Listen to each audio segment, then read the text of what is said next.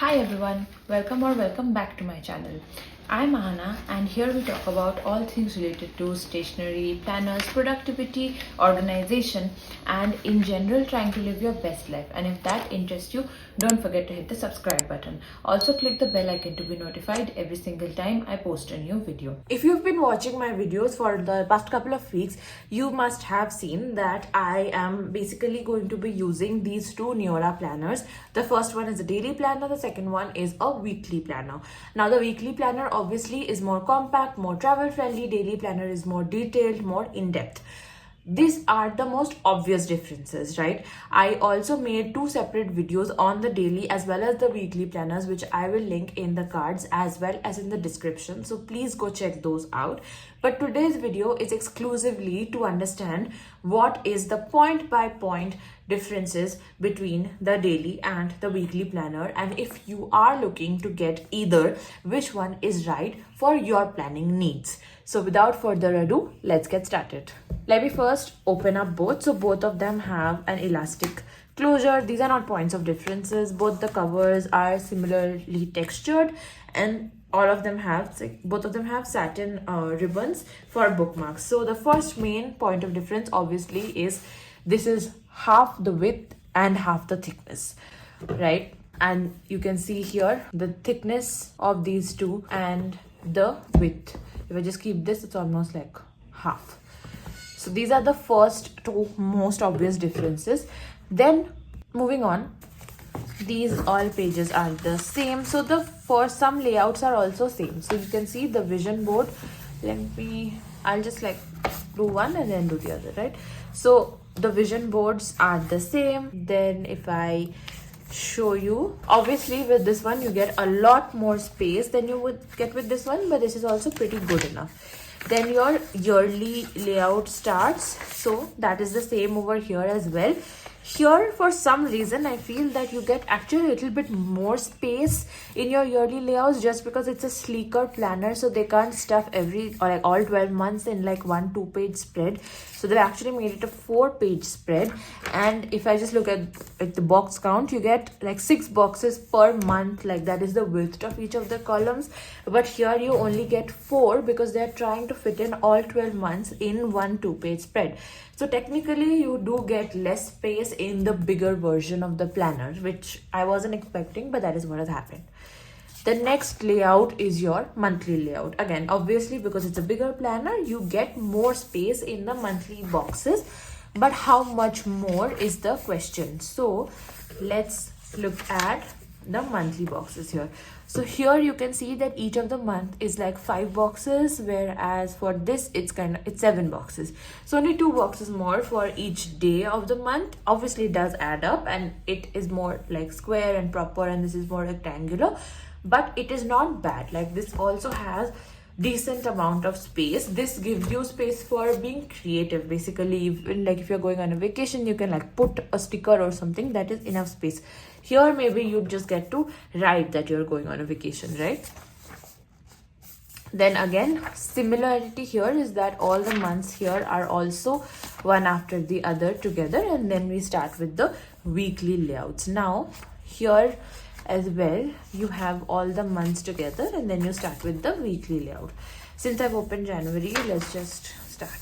So here in the weekly layout, there is actually a weekly timed layout. So first you have this one whole block on top of the week where you can write down whatever you want, and then you also have a time blocking space, which is not there. So if you're telling me that this planner is specifically a weekly planner, then maybe the weekly spread should have had some extra something, because the daily planner itself is giving me a great weekly section. So not only the space mode, but the time blocking thing is a very nice touch. I've seen it in like Hobonichi and Muji notebooks, so I've not really seen it in any Indian planner before, and I really like this part. This is my favorite layout in the entire planner. And here you just have a horizontal weekly section to just write your main tasks for the day. Then you have all the weeklies all together, but at the end of the weeklies is where your daily starts. So this is basically the last of your weeks of 2025, and after that is where your day starts. So Jan 1st, priorities, affirmations. Now this is how this page, which is adjacent to the weekly page, is laid out here.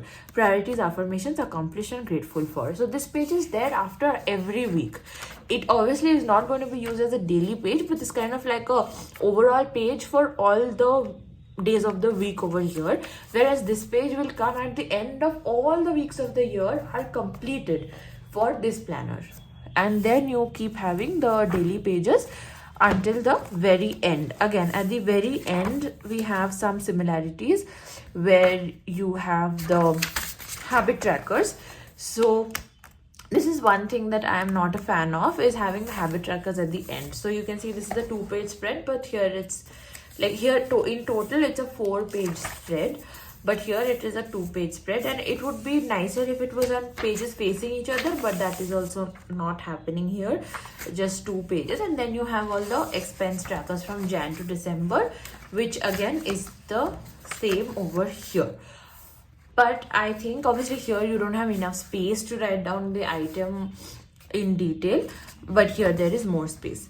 Other than that, I think that this being a weekly planner should have had more of a featured weekly, like there should be more features in the weekly section. It would make more sense if the time blocking thing was over here, since if I'm just using this planner, right, then I should be able to know when I'm doing what, and there is not enough space in the horizontal section also to include like timings for everything. So personally, that timed weekly part is my favorite thing in this planner or in any planner this year. So that's why this is going to be my daily driver. This one's going to be something that is going to be like more of a ready reference sort of a notebook, but I'm still trying to figure out exactly what I will use this for, but I will definitely use this planner this year. There you have it. That was the video, a super short comparison of what to expect from the daily versus the weekly layouts, where the main differences lie, and in case you are looking for something that is going to sit on your desk, help you plan fully in detail, and you can see all facets of your life properly laid out, timed, and in just like a very type A fashion, perfectly scheduled and planned, then this is the planner for you. If you are somebody who's always on the go, need a place to just jot down your notes super quick, this is also very good for students. And like if you don't want to splurge a lot, then this is the best thing for you. I'm going to put the prices of each of these on the screen so you can check that out, but neither of them are like really expensive. They are way more affordable than some of the other planner brands, but I like the amount of space that you get for Neora planners, so you can basically make it whatever you want it to. So you get to pick what your planner has to be, and I hope this video helps you in coming to a decision. We don't have that many days left for 2025, and I hope you have already found the planner of your dreams and are ready for a very, very happy 2025. So I will see you in the next one. Bye.